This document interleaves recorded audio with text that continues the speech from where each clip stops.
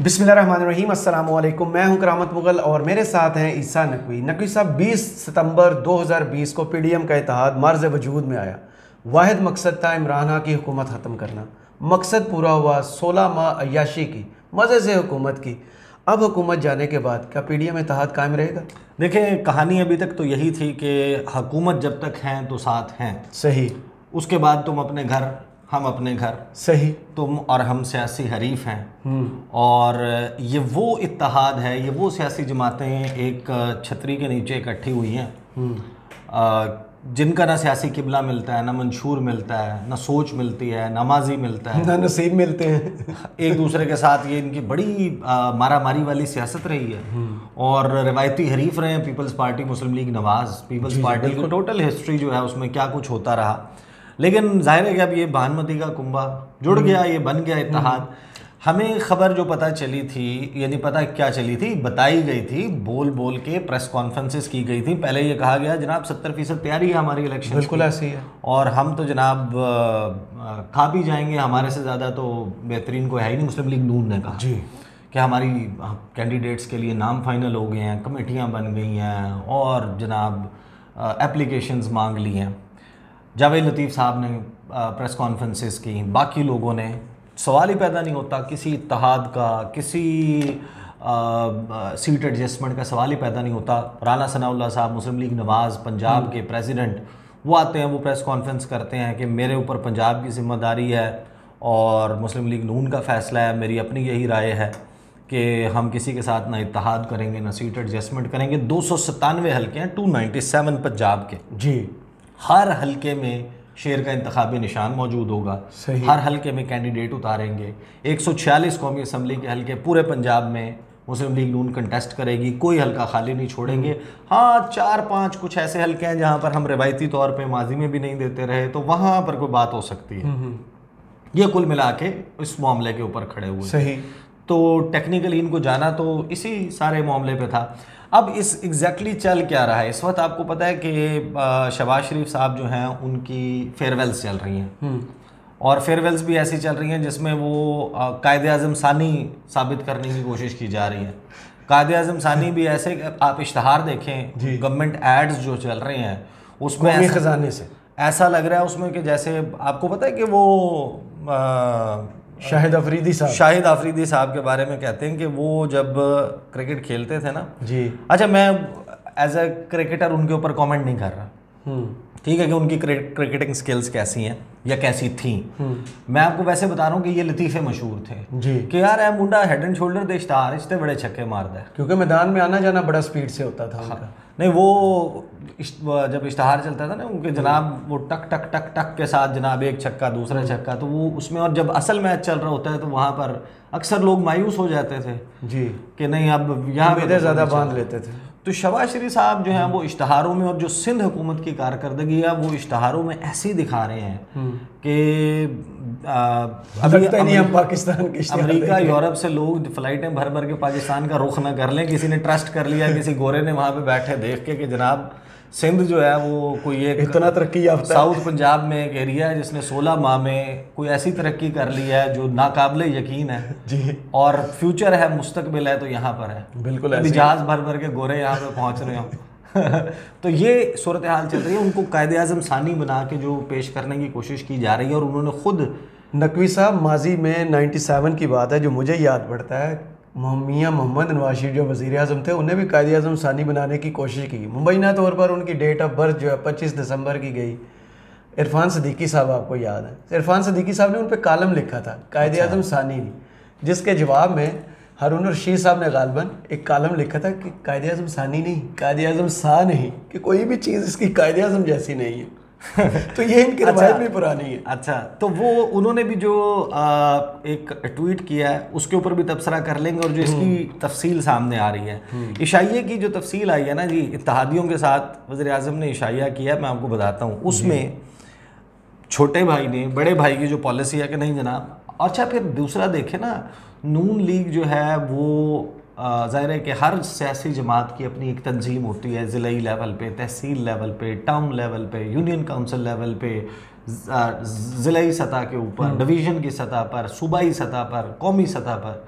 उनमें ओहदेदारान होते हैं, उन्होंने स्ट्रगल की होती है, कई कई दिहाइयाँ उन्होंने साथ दिया होता है, मारें खाई होती हैं, कुकड़ छोले खाए होते हैं, सिरी पाए खाए होते हैं, बिरयानी खाई होती है, डंडे खाए होते हैं, सौबतें बर्दाश्त की होती हैं, सही सब कुछ किया होता है ना। बिल्कुल ऐसे ही है भाई, बसें भर भर के कन्वेंशंस में लेके गए होते हैं, उनकी भी आस उम्मीद लगी भी होती है ना कि इलेक्शन आएगा, को हम पंजाब असम्बली का इलेक्शन का टिकट ले लेंगे, कोई हमें जो है वो कौमी असम्बली का टिकट मिल जाएगा, या हमारे किसी जानने वाले को, घर वाले को स्पेशल नशिस्त मिल जाएगी, ये सारा ऐसे ही। तो अब बेसिकली कहानी तो ये चल रही थी कि भाई ऑलरेडी जो जहांगीर तरीन के लोगों को टिकट्स दे के जो कुछ हुआ ज़िमनी इंतखाबात में, उससे पार्टी के लोग भी नाराज़ हुए और परफॉर्मेंस भी इससे ज़्यादा बुरी हो ही नहीं सकती थी, सही, जो पंजाब असम्बली वाले थे। उसके बाद यहाँ पर ये भी को वादा कर बैठे हैं कि जो तहरीक इंसाफ के टर्न कोट्स हैं, अच्छा लोटे हैं जी जी, वही मुंह छुपाने वाले, भागने वाले टर्न कोट्स, जिन्होंने अपनी वफादारी तब्दील की थी कौमी असम्बली में, उनको भी टिकट्स देने के वो वादे कर चुके हैं नून लीग वाले, सही, तो उनको भी एडजस्ट करना है। साथ में जनाब वो सियासी खैरात मांगने के लिए बाकी जमातें भी आ गई, वो उसके बारे में चला कि जनाब इस्तेहकाम पाकिस्तान पार्टी भी को 30-36 सीटें यकीन है उन्हें कि नून लीग जीतेगी, पीपल्स पार्टी भी जो है ना वो कोई सीटें मांग रही थी, सही। तो इन्होंने हाथ खड़े कर दिए, उन्होंने कहा जनाब हम किसी को कोई लिफ्ट नहीं करवाते, हम करेंगे। अब देखें क्वेश्चन ये है कि ये इकट्ठे किस लिए हुए थे। सही, इनकी तो आपस में, अगर आपने राशिद सोमरो की कभी तकरीर सुनी हो सिंध में, जी, JUF के फौत हो जाने के बाद, इस दुनिया से गुजर जाने के बाद मोहतरमा बेनज़ीर भुट्टो के मुतालिक वो क्या गुफ्तगू करते हैं अपनी तकारीर में, सही, भुट्टो ख़ानदान पे क्या तकारीर करते हैं, JUIF के ही है ना। जी जी बिल्कुल, कोई मुझे मुगालता तो नहीं लग रहा ना? बिल्कुल नहीं। तो JUIF का और पीपल्स पार्टी का आपस में किस किस्म का वो चोली दामन का साथ है आजकल? आजकल तो है ना, लेकिन वैसे मखासमत है ना नून लीग और पीपल्स पार्टी के दरमियान। असल में तो मामला यही है ना कि राना सनाउल्लाह साहब बिलावल के जेंडर को लेके गुफ्तगू फरमाते हैं, बहुत ही बिलावल भुट्टो जरदारी जो है, बिलावल भुट्टो जरदारी जो है वो शरीफ खानदान के खून पे तबसरा करते हैं कि इनकी रगों में दौड़ने वाला खून कैसा है। जी, मियाँ मोहम्मद नवाज शरीफ ज़ियाउल हक का बेटा है, हकीकी बेटा है। उधर से मरियम साहिबा और इनके लोग इसी किस्म की गुफ्तगू। शहबाज शरीफ वो हैं जो कहते हैं कि लाड़काना की सड़कों पे ना घसीटा तो मेरा नाम बदल देना, और पेट फाड़ के मैं पैसे निकालूंगा, बैंकों में पड़ी लूटी हुई दौलत लेकर आऊँगा। ये है इनका माजी। माजी इनका ये भी है, अब ये शीरो शक्कर हुए थे, आपने उस दिन देखा वो हिना रबानी घर की तारीफ़ों में शहबाज शरीफ ने जनाब जो आसमान के कलाबे मिलाए, और नवीद कमर के बारे में जो उन्होंने कहा, गालिबन कहा कि ये मुझे दे दें। हाँ, पार्लियामेंट में आखिरी जो उनकी स्पीच है उन्होंने बिलावल को कहा एक तो शमूलियत की दावत दी, और दूसरा कहा ये नवीद कमर नून लीग को दे दें। अच्छा, अब नवीद कमर नून लीग को दे दें, मतलब इतना ये समझते हैं कि शॉर्ट लिव्ड मेमोरी है। कि मेरी आंखों देखी बात मैं आपको बता रहा हूँ, प्रेस गैलरी में बैठे हुए नवीद कमर साहब पेट्रोलियम मिनिस्टर थे नेशनल असम्बली की, जो LNG वाली डील हुई थी GDF स्वेज के साथ, उसके ऊपर मुस्लिम लीग नवाज ने जो करप्शन के इल्ज़ामात नवीद कमर पे लगाए, और उन्होंने कहा पता नहीं कितने मिलियंस और बिलियंस ऑफ डॉलर्स की करप्शन हो गई है, और इसमें जनाब ये चोर हैं, डाकू हैं, लुटेरे हैं। इफ्तिखार चौधरी ने सो मोटो ले लिया। वो जो नवीद कमर के बारे में गुफ्तगू फरमाते थे, या स्पीकर कौमी असम्बली के बारे में जो राजा परवेज़ अशरफ के बारे में जो उनका नाम रखा राजा रेंटल, इसी तरह मौलाना फजलुर रहमान का नाम डीजल जो है वो मशहूर हुआ, वो किसने रखा? पीपल्स पार्टी की जो चेयरपर्सन थी मोहतरमा बेनज़ीर भुट्टो, उनको किस नाम से बुलाते थे, कितनी किस किस्म की गुफ्तगू करते थे। तो ये तो इनका माजी है। अब बात ये है कि इनका जो बाइंडिंग फैक्टर था वो हमें पता चला कि वो था इमरान खान। यार Imran Khan is a potent political threat, हमारी सियासत खा पी फलाना, तो ये हो गए इकट्ठे होकर इन्होंने जेर कर लिया, सही, उनको इक़्तिदार से निकाल दिया। अब इक़्तिदार से निकलने के बाद उनकी पॉपुलैरिटी बूस्ट करना शुरू हो जाती है। अब होना तो ये चाहिए था कि ये एक बना था वक्ती तौर के ऊपर, अब वो अलहदा हो जाते हैं, हरीफ हैं एक दूसरे के, हर एक के साथ कई कई दिहाई चले हुए लोग हैं, उनको अपने हल्कों में टिकट नहीं देना, जाके अवाम का सामना नहीं करना, तकरीरें नहीं करनी।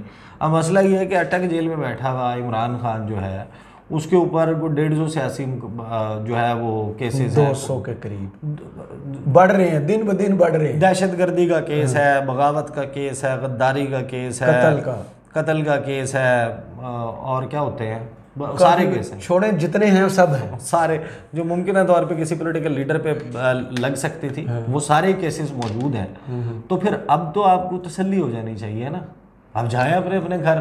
क्या नवीद कमर को मांग रहे हैं, क्या शहबाज शरीफ को पीपल्स पार्टी कह रही है कि हमें दे दें, इनसे अच्छा वर्क एथिक किसी का नहीं है। इसहाक डार अंकल ने बड़ा काम किया था जब वो चार्टर ऑफ डेमोक्रेसी साइन हो रहा था। देखें, पहली बार रख रखाव होनी चाहिए सियासत में, एक थोड़ा सा एहतराम भी होना चाहिए, एक्सेप्टेंस भी होनी चाहिए। बट हैविंग सेड दैट, आपकी नज़रियात का नाम है, स्टैंडिंग्स क्या है वो आपका नज़रिया, आपका जो है वो अवाम क्या हक के हुक्मरानी है उसके हवाले से क्या नज़रिया है, जो गवर्नेंस मॉडल है वो आपका मंशूर कितना डिफरेंट है दूसरे से, जिस पे आप खुद को डिफरेंशिएट करते हैं। बिल्कुल। तो यहाँ पर शहबाज शरीफ साहब ने इशाइया में जो गुफ्तगू फरमाई है वो ये कहते हैं कि जनाब इत्तेहादियों के साथ सीट एडजस्टमेंट करके इलेक्शन में उतरने की हिमायत की है उन्होंने। जी बिल्कुल ऐसे। और जो उन्होंने खिताब किया है वहाँ पे उसकी जो तफसील सामने आ रही है इशाइये में, उन्होंने निगरान वज़ीर आज़म के हवाले से मुशावरत भी की है इसमें और हिमायत की है कि जनाब इकट्ठे इलेक्शन लड़ें।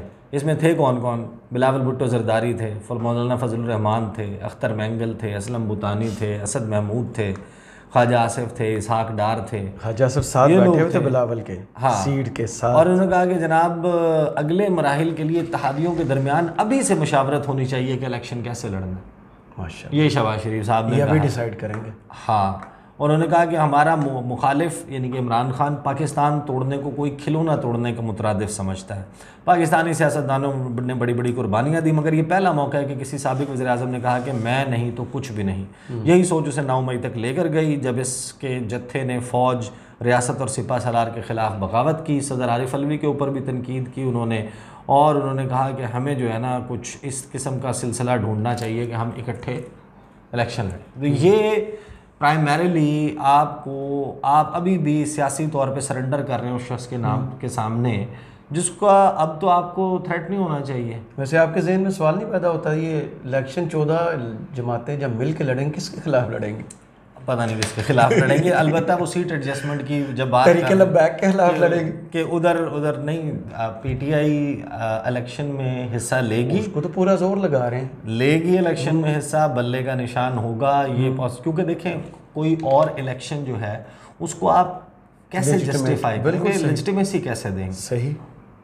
तो वो होना है, खान साहब नहीं भी लड़ते इलेक्शन, वो नाअहल भी हो जाते हैं, उनके कैंडिडेट राइट नाउ तो वो नाअहल है। आपकी 16 महीने की परफॉर्मेंस के बाद हराना तो बिल्कुल गैर मुमकिन नज़र आता है। बावजूद इसके कि ये सोच चल रही थी, आपने कोई एक वो तो नहीं देखा जो इस किस्म का बयान है, इसी किस्म का गुफ्तगू जो है वो ख्वाजा आसिफ भी कर चुके हैं, इनके और लीडर्स भी इत्तेहाद के बारे में कर चुके हैं। लेकिन शहबाज शरीफ का ये कहना, ऐसे मौके पर कहना, और फिर वो उनकी जो ट्वीट है वो मैं आपको बता देता हूँ, कायदे आज़म सानी जो बनने की दिखाने की, हाँ, कि कौमी असम्बली जो है वो मेरी तजवीज़ पर तहलील हो गई है, वफाकी काबीना का वजूद ख़त्म हो गया है, अदम एतमाद के ज़रिए, आइनी अमल के ज़रिए इत्तेहादी हुकूमत के इक़्तिदार संभालने के बाद से गुज़श्ता 16 माह का जायज़ा लेकर कौम के सामने अपना नुक्ता नज़र बयान करना ज़रूरी समझता हूँ। फिर इन्होंने कुछ हेडिंग्स दी हैं। जमहूरी इर्तिका का एक अमल, इन्होंने बताया कि ये जमहूरी इर्तिका का एक अमल था, कौमी एजेंडे के ऊपर मिलकर बैठे हैं।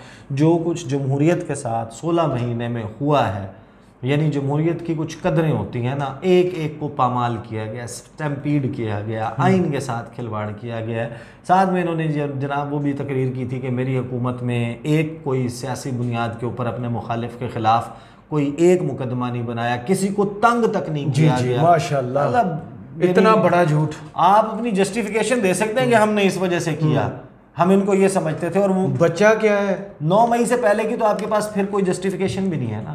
9 मई से पहले वो जो 9 मई के वाक़यात हैं, उससे पहले आप हमें बता दें कि इलेक्शन कमीशन के बाहर एहतजाज करने के लिए जब पीटीआई ने कॉल दी, उस पर दहशतगर्दी का मुकदमा हुआ है। घर बैठे इमरान खान पे, घर बैठे हुए इमरान खान पे। क्या ये इमरान खान के दौर में ये जमातें एहतजाज कर चुकी, क्या ये जमहूरी राइट नहीं है? कि आप इलेक्शन कमीशन के सामने एहतजाज करें, मार्च, लॉन्ग मार्च आपने रोकने की जिस तरीके से कोशिश की, भाई फ्रीडम ऑफ मूवमेंट है ना, आप पाकिस्तान में रह रहे हैं, पूरे पाकिस्तान में फ्रीली ट्रैवल कर सकते हैं ना, मूव कर सकते हैं, पॉलिटिकल एसोसिएशन रखना भी हर, तो आपके पास कौन सी जस्टिफिकेशन है? कितने मुकदमात हैं, और 150 मुकदमात तो 9 मई से पहले के हैं। सही। तो वो इस किस्म की गुफ्तगू के जनाब जमहूरी तौर पे टूटा फूटा पाकिस्तान आप देके जा रहे हैं, और आपको लगता है कि अब आपको ट्रीट किया जाएगा, आप कायदे आज़म सानी है। अब वो जो अपना 16 महीनों के दौरान हमने इत्तफाक राय से फलां किया, कोई इत्तफाक राय से नहीं, डंडे के जोर खाने की प्लेट पर 5 उंगली चैलेंजेस बताए। फिर उन्होंने कोई चैलेंजेस के बारे में गुफ्तगू की, उसमें उन्होंने बताया कि जैसे पता नहीं पाकिस्तान को जो है ना उन्होंने किस तरीके से कौन से मंझधार से निकाला है, कोई भी शख्स, और तरक्की याफ्ता कोई भी शख्स 1.5 साल पहले का पाकिस्तान अपने जहन में रखे, और इस 1.5 साल में ढूंढ ली के अपने लोगों से कहना, वो कहें यार हमारे से कोई हाफजा छीन ले, हमारा याददाश्त छीन ले, यार ये क्या हुआ है इस मुल्क के साथ, ये सूरत हाल रही है।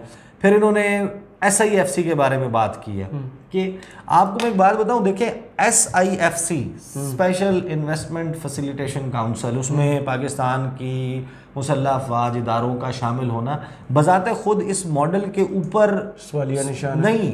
देखें एक मॉडल हो सकता है ना अच्छा जो काम के लिए हो, लेकिन ये मॉडल आपकी नाकामी का सबूत है। बिल्कुल, आप इस काबिल नहीं है तो आप कि 13 जमातें अगर मिलकर आप नहीं कर सके, और आपने कहा कि नवंबर में नए आर्मी चीफ आए और उन्होंने मुझे तरक्की का रोड मैप दिया, इसका मतलब ये नवंबर तक आप झक मार रहे थे, आपके पास कुछ भी नहीं था। आप जो कहानी सुना रहे हैं कि हमने फलां कर दिया, फलां क्या किया आपने? सवाई कर्जा लेने को किया क्या आपने? कर्जा भी वो देखें, वो क्रेडिट वही नहीं, वो आज भी कर्जा पैसे लेकर आए आर्मी चीफ, ठीक है, IMF से आपको थ्रू करवाएं आर्मी चीफ, चाइना से आपका मामला हल कराएं आर्मी चीफ, सऊदी अरब से पैसे लाएं आर्मी चीफ, UAE से पैसे लाए आर्मी चीफ, कतर से पैसे लाए आर्मी चीफ, पुल इसका मुबारक हो वाला वो बनाने का क्रेडिट आर्मी चीफ। तो आपकी 87 वजारतें किस लिए भाई?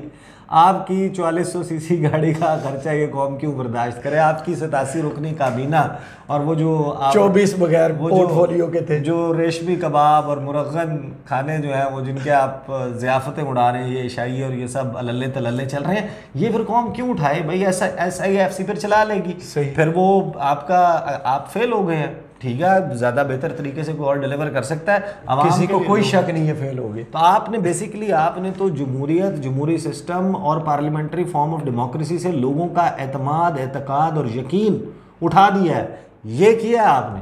और आप यानी कि लोगों का कोई रहा साहब वो था ना कि नहीं यार सियासतदान अच्छे होते हैं, सियासतदानों के पास मुल्क का हल होता है, मसाइल का हल होता है, लोग तो तंग आ गए, ये जाए ना, खत्म हो गए ना प्रोटोकॉल्स, सिक्योरिटी खत्म होगी, लोगों में जाए लग पता जाएगा। बिल्कुल ऐसा ही, कोई भी शख्स ऐसा नहीं है। तो ये इस वक्त बहरहाल जनाब वो है, और सूरत हाल ये आ गई है कि अब जब आपने बिखरना था और जाके जनाब अपने अपने तौर पे हरीफ के तौर पे इलेक्शन लड़ना था, अब आपको नए ताज़ा ख्यालात आ रहे हैं जी जी जी कि नहीं यार खौफ से आ ही जाते हैं, बांध के रखो। उसने किसी ने जेल में बैठे हुए भी जनाब वो दे दी कि इस कैंडिडेट को देना, उसे हम नहीं हरा सकेंगे। अगर अकेले उन्होंने पेशावर में देख लिया, अगर अकेले लड़े तो सही। चले, बहुत शुक्रिया ईसा नकवी, आपके तजिया का कमेंट्स बॉक्स में ज़रूर बताइएगा। ये वीडियो आपको कैसी लगी? इजाज़त दीजिए, अल्लाह हाफिज़।